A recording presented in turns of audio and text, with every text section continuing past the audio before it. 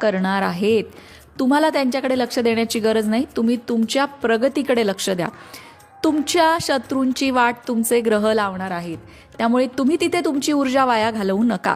कन्या राशीचा सुद्धा जर सविस्तर व्हिडिओ तुम्हाला पाहिजे असेल की आणखीन काय काय घडणार आहे कन्या राशीच्या बाबतीत, तर त्याची ही लिंक तुम्हाला डिस्क्रिप्शन बॉक्समध्ये मिळेल. आता वळूया मेष राशीकडे. बाबांनो, तुम्हाला 7.5 चालू आहे, त्यामुळे खूप अडथळे, खूप नकारात्मक विचार आणि खूप मनाविरुद्ध घटना तुमच्या आयुष्यात घडत असतील, मान्य.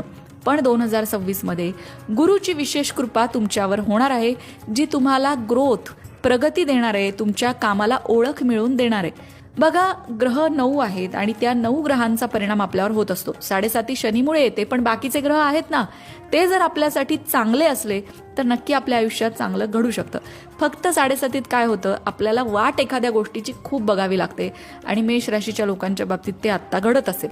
पण करिअरमध्ये तुमचा आवाज ऐकला जाईल, तुमची भूमिका महत्त्वाची ठरेल. व्यवसायात सुद्धा यश मिळू शकतं.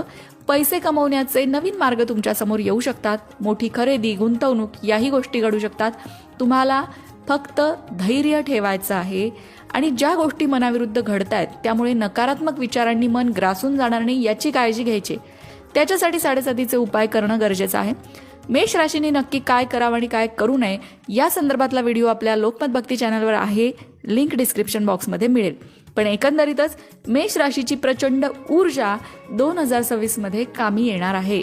तर मित्रांनो, या होत्या त्या 3 राशी ज्यांच्यासाठी 2026 हे वर्ष दमदार ठरू शकतं, भाग्यशाली ठरू शकतं असं आपण म्हणू शकतो. कारण करिअरमध्ये वाढ, आर्थिक स्थैर्य, नातेसंबंधात आनंद, आरोग्यात सुधारणा, प्रतिष्ठा